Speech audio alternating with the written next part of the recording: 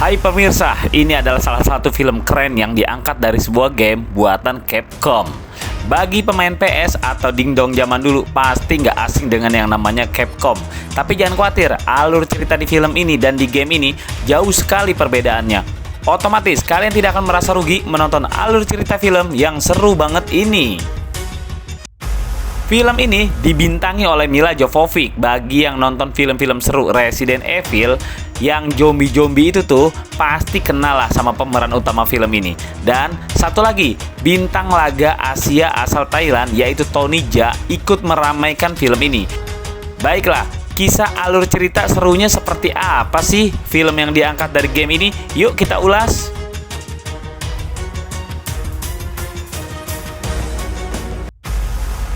Di awal film, kita akan diperlihatkan sebuah adegan perahu bajak laut yang berjalan di atas pasir. Rada aneh, mustahil maksudnya. Mana ada perahu sebesar ini bisa berjalan di atas pasir? Tapi inilah pemandangan yang kita lihat di awal film. Kapten dari kapal besar ini kita sebut aja sebagai Kapten Takur. Dan salah satu krunya yang akan menemani kita sepanjang film ini adalah Tony. Baru awal pembuka film saja kita sudah disuguhkan adegan pertarungan hebat di mana kapal besar itu diserang oleh monster padang pasir yang disebut Diablos. Tanpa ampun, kapal porak-poranda dan banyak kru yang tewas. Bukan itu saja, si Tony, kru terhebat Kapten Takur pun terhempas jatuh dan keluar dari kapal. Adegan berpindah ke masa sekarang ini, di mana sebuah tim infanteri darat yang dipimpin oleh Komandan Milla terjebak di sebuah badai dalam sebuah misi PBB. Pasukan yang terdiri dari beberapa tentara dari beberapa negara ini sebenarnya sedang mencari pasukan lainnya yang hilang di wilayah ini. Tidak disangka, mereka malah dihadang badai besar.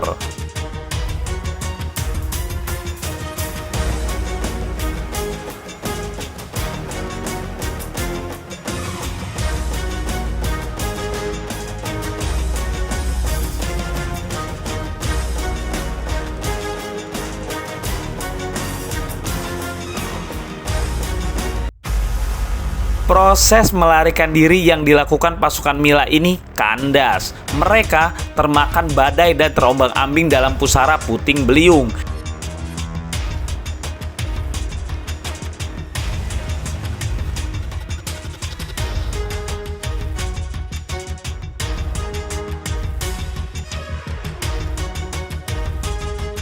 Sampai kemudian terdampar di tempat aneh. Padang pasir maha luas, kemana mata memandang yang ada hanya pasir saja. Dan ketegangan pun dimulai, di mana mereka menemukan tim yang sedang mereka cari. Tapi sayangnya semua tim itu sudah tewas dan dalam keadaan gosong. Siapa yang membakar mereka hingga gosong seperti ini? Berbagai pendapat dan tebakan ini itu tentu saja nggak akan ada kepastian jawabannya, karena mereka semua merasa aneh juga. Semua ponsel, sinyal GPS, alat komunikasi satelit mereka semua dalam keadaan mati. Tidak ada yang bisa mereka lakukan selain bergerak. Alhasil, mereka pun menyusuri padang pasir yang tidak bertepi ini. Perjalanan tim Milla ini terhenti ketika bertemu dengan sebuah kerangka besar dinosaurus raksasa. Ini aneh, tidak mungkin ada benda seperti ini di zaman sekarang ini, yang semua bagian permukaan bumi sudah terliput oleh satelit. Apalagi di tempat seterbuka ini, di atas permukaan padang pasir. Mereka pun berhenti dan memeriksa situasinya. Ternyata tulang yang mereka temukan ini adalah tulang asli, bukan tulang buatan atau semacamnya. Artinya fosil yang berasal dari makhluk yang memang besar.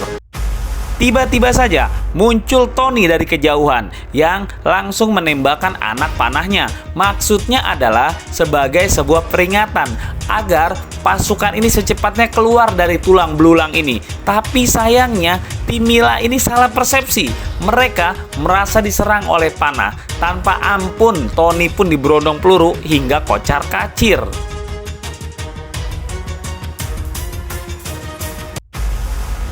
Saat sedang asyik menembaki Tony, dari arah belakang muncullah monster yang kita lihat di awal film tadi, yaitu Diablos. Melihat monster segede gaban begitu, Mila segera memerintahkan pasukannya untuk tancap gas. Tapi walaupun kabur, tetap saja karena monster itu mengejar dan semakin dekat, berondongan peluru pun terus ditembakkan. Akan tetapi monster itu seperti kebal tembakan.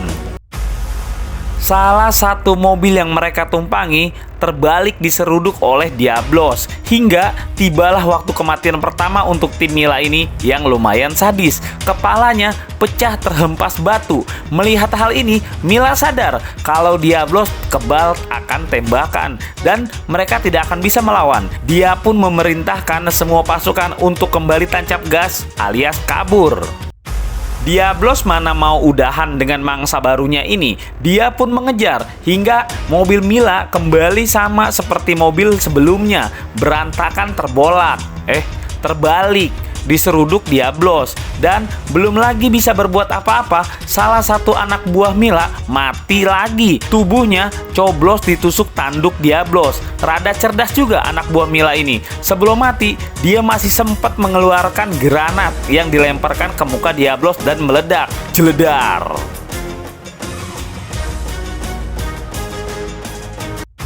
Sayangnya, ledakan tadi seperti nggak berpengaruh apa-apa. Diablos tetap sehat walafiat. Hingga akhirnya tim Mila pun kocar-kacir ke arah bebatuan tempat tadi mereka memberondong si pemanah Tony. Saat sedang terjepit begitu, Tony datang membantu memanah Diablos hingga akhirnya Mila bersama teman-temannya berhasil lolos masuk ke dalam bebatuan.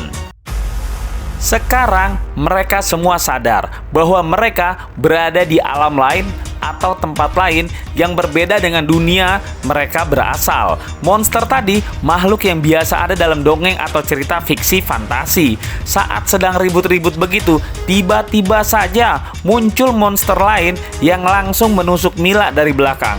Monster ini adalah laba-laba raksasa yang langsung dihujani peluru oleh anak buah Mila dan yang lainnya. Mila tewas, komando pimpinan diambil alih oleh wakilnya. Serah terima pucuk pimpinan ini belum lagi sah. Si monster laba-laba ini muncul lagi sambil membawa teman-temannya satu kelurahan. Alhasil, anak buah Mila ini pun pontang-panting mempertahankan diri.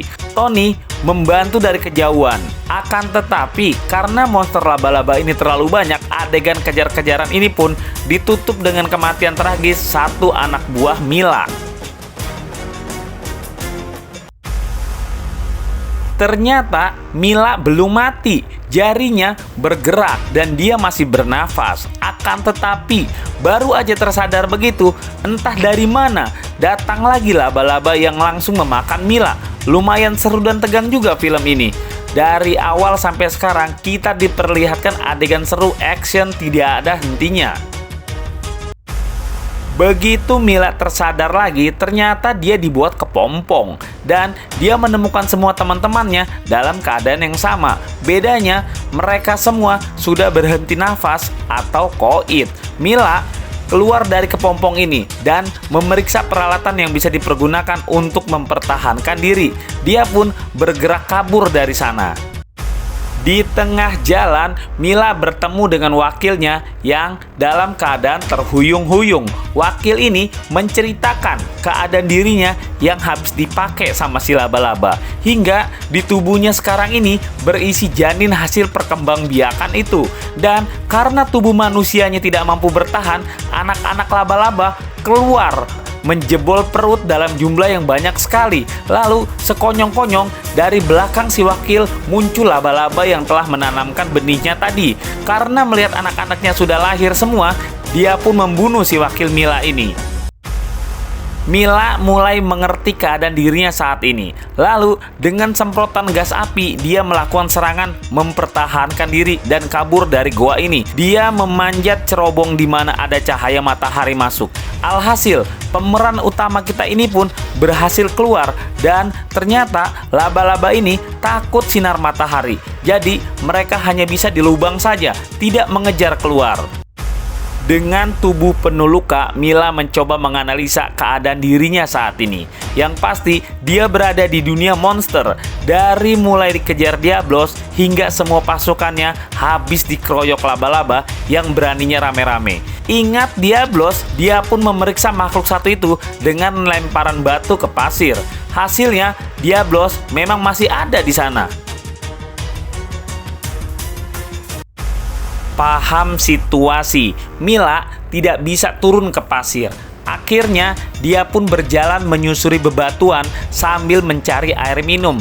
Tenggorokannya luar biasa kering rupanya. Sampai akhirnya, dia menemukan bangkai kapal yang hancur.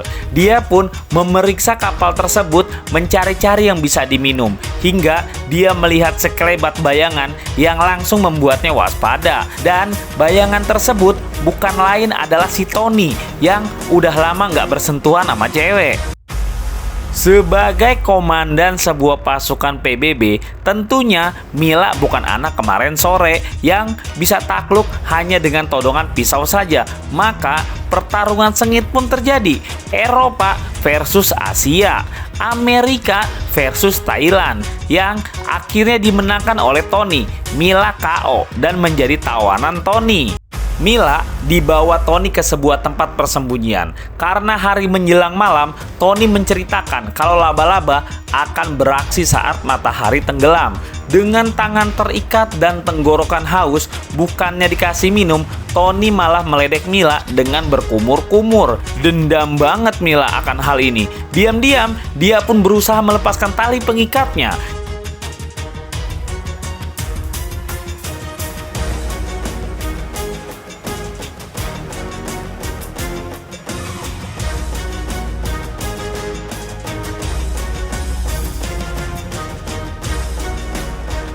Hingga keesokan paginya, dia pun membalikan keadaan. Tony yang tidak sadar ikatan ini sudah lepas, dia pun dibuat pingsan dalam sekali pukul. Mila mengejek Tony dengan minumannya, bahwa sekarang posisi sudah terbalik. Tapi Tony malah menendang minuman itu hingga Mila tidak jadi minum. Marah dengan hal ini, Mila menghancurkan altar tempat Tony sembahyang. Tony marah dan mereka pun berkelahi sekali lagi.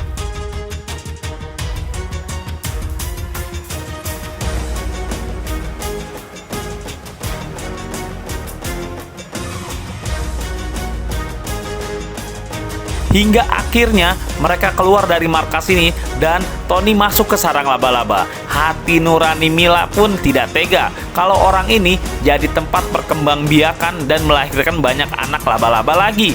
Mila pun membantu Tony keluar dari sana. Adegan selanjutnya adalah adegan perdamaian, di mana mereka berdua sadar kalau mereka tengah dihadapkan oleh situasi yang sama. Tanda perdamaian ini adalah dengan Mila memberikan coklat dan Tony memberikan airnya. Perdamaian ini pun berlanjut ke sebuah rencana menuju bangunan di belakang awan hitam. Awan yang telah membuat Mila bersama timnya masuk ke dunia ini. Dan untuk mencapai sana, mereka harus melewati Diablos. Sebuah rencana pun mereka susun.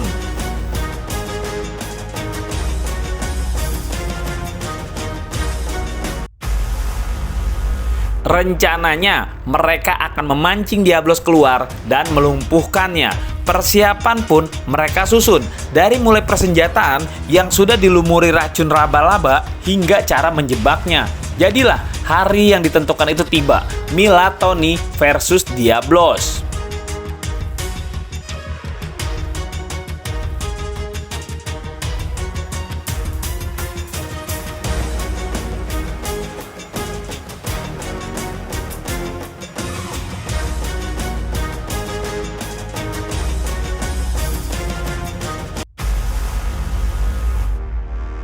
Rencana pertama, mereka melepaskan drum yang menggelinding sehingga Diablos mengejar drum tersebut.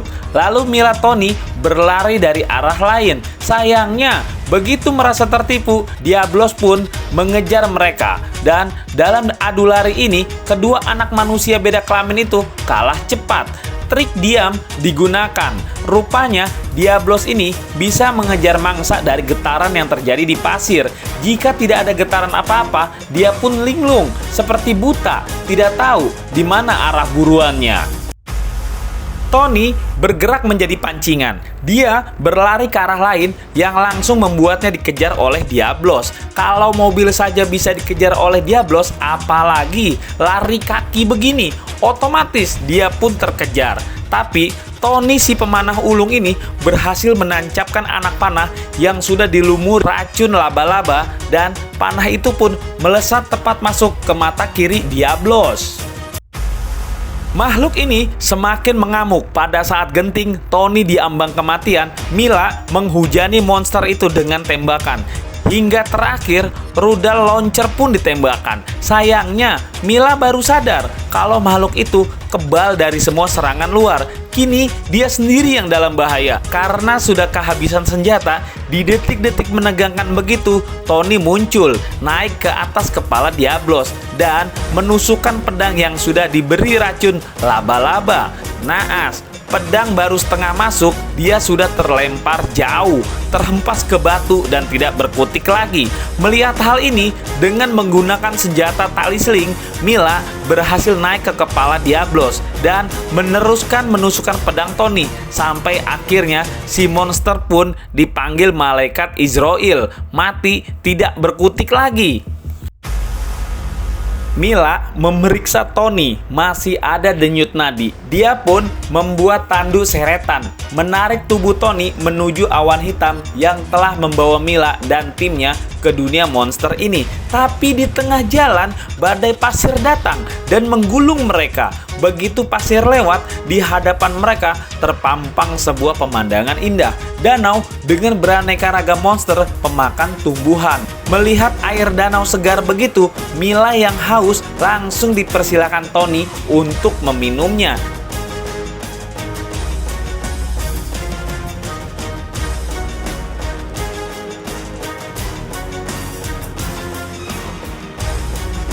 Ternyata ini jebakan. Mila mendekati air.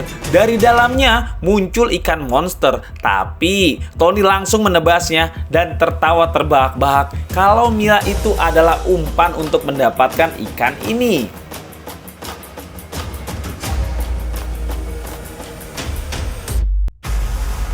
Saat sedang makan malam, seekor monster terbang sambil menyemburkan api. Seluruh isi hutan berlarian kabur hingga membuat Mila dan Tony terpisah. Saat suasana carut-marut begitu, Kapten Takur yang kita lihat di awal film tadi datang bersama kru-krunya menolong Mila. Sayangnya, entah bagaimana ceritanya, si Kapten Takur langsung memukul Mila hingga pingsan.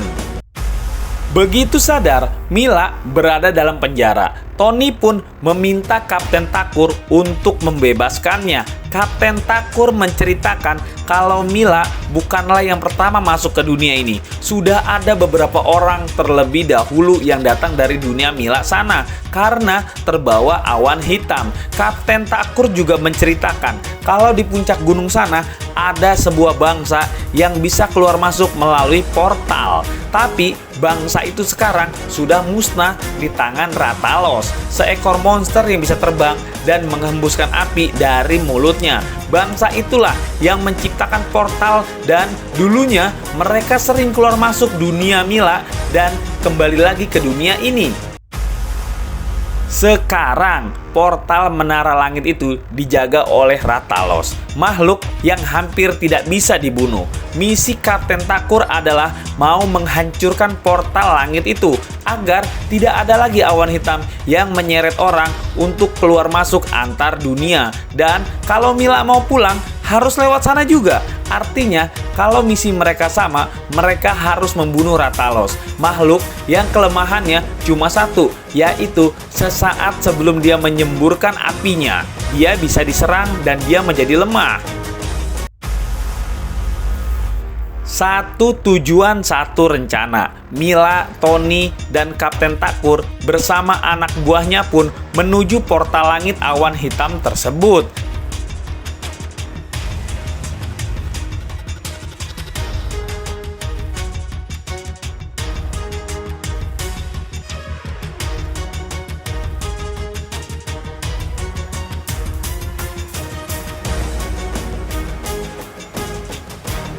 Seperti yang bisa diduga, begitu sampai di sana, mereka langsung disambut Rathalos. Pertarungan sengit pun terjadi dan kita disuguhkan adegan-adegan kematian satu persatu kru dari Kapten Takur. Hingga adegan ini berakhir dengan jatuhnya Mila ke jurang, di mana ada awan hitam di bawahnya. Secara mengejutkan, ternyata Mila kembali ke dunianya. Awan hitam yang tadi dimasukinya ternyata telah mengembalikannya. Bertepatan dengan itu, tim penyelamat datang dan langsung membawa Komandan Mila ini ke rumah sakit. Tapi tidak semudah itu. Ternyata Rathalos menyusul masuk ke dunia ini lewat awan hitam. Dia pun memporak-porandakan semua pasukan PBB, baik yang di udara dan di darat. Semuanya hancur berantakan tanpa sisa.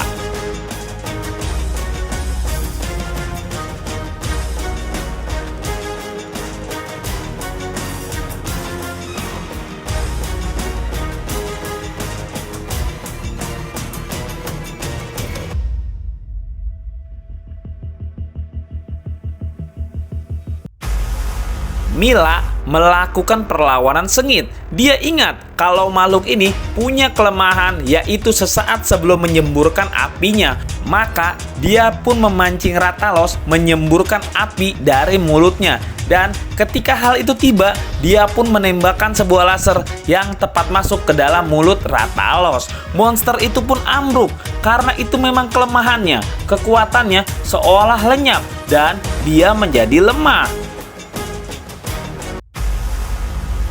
Tadinya Mila senang karena sudah merasa menang.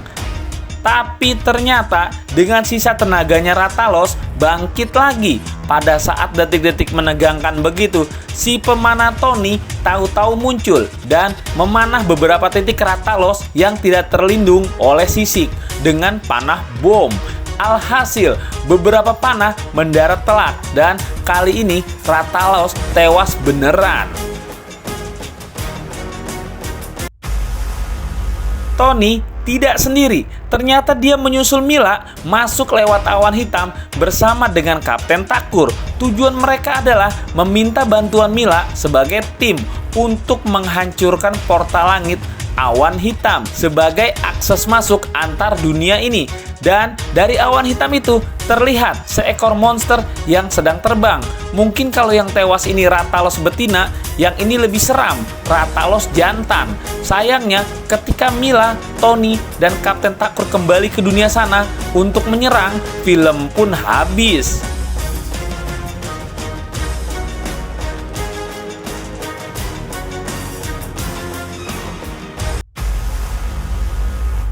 Nah, itulah pemirsa, keseluruhan cerita dari film Monster Hunter yang diadaptasi dari video game. Yang belum subscribe, jangan lupa subscribe untuk ulasan film seru lainnya. Aktifkan lonceng karena akan membuat kalian menjadi yang pertama tahu ketika Detektif Film mengupload film terbaru di channel ini. Sampai jumpa di film selanjutnya. See you!